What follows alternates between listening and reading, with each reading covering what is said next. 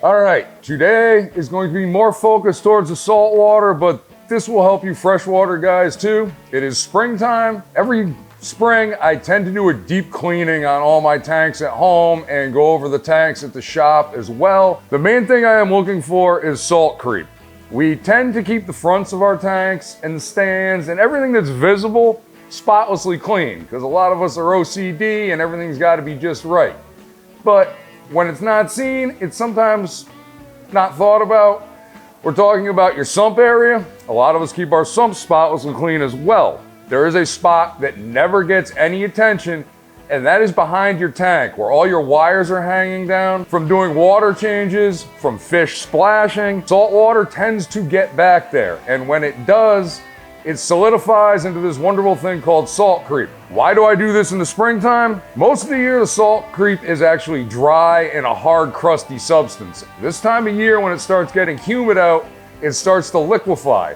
And when that happens, it can run down your wires. And if your drip loop isn't properly in place, it can actually get into your outlets.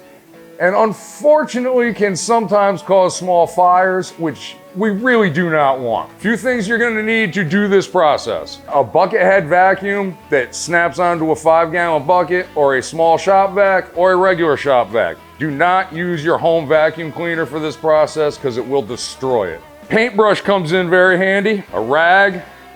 This Fritz a glass cleaner, but it cleans everything very nicely.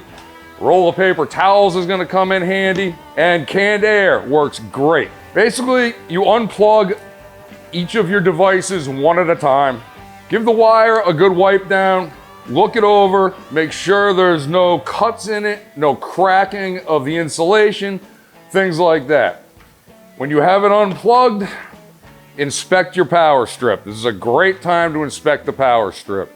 If you see any discoloration, brown, God forbid, black on any of these outlets, just replace this thing. It's like $8. It's a really cheap and it's kind of the heart of your system. Also, unplug this from your wall and inspect the cord to your power strip. I'll have Danny get a close-up of this. This was from a Pico light that we were just working on recently. The light was working perfectly fine.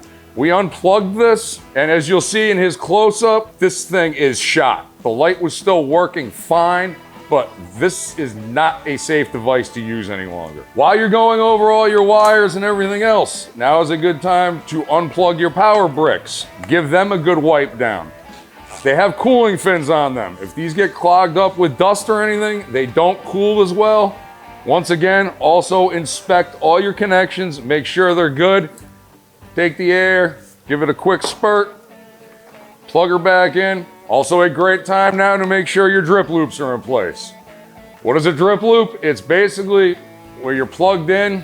Your power strip should be mounted up high. It should not be laying on the bottom of your cabinet.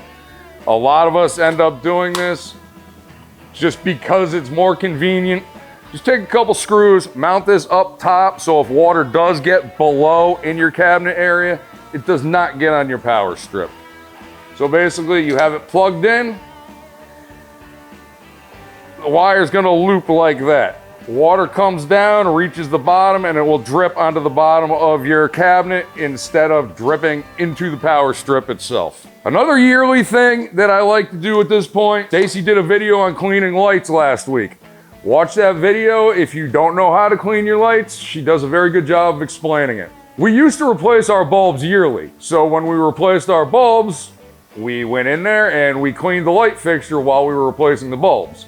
Now with the LEDs, as long as they're working, we tend to even forget that they're there. And over a year's period of time, these lights get really nasty. The fans get very gunked up. Sometimes you actually have to take the light apart to get the fan cleaned out. Usually just spraying it with some canned air while the fan is working, it blows all of the dust out of there. Really heavy dust, this is where the paintbrush comes into play. You can get into all those cooling fins again. Corner of the brush, you can get up into the fan and it wipes the fan clean while it's running. Don't jam this in there too hard because you can stall the fan out and sometimes burn the motor out. So you gotta be careful doing this. Another place that we forget about is behind our sump because you can't really see back there. Take my word for it, there's a bunch of salt creep back there. A, from water changes, B, from fish splashing. I'm sure your skimmer overflowed at some point in the past year, and that aerated of the bubbles popping. You wiped down the front and the sides of your sump because you saw the salt spray on there. I guarantee you didn't get the back of it. So you're kind of going blind with this. Just get back there with a shop vac, vacuum it up the best you can. You can take your camera phone and go over the back to see if you missed any spots. Just try to get all that salt creep picked up because we don't want any accidental fires or anything. Have a great day, guys. Keep on reefing.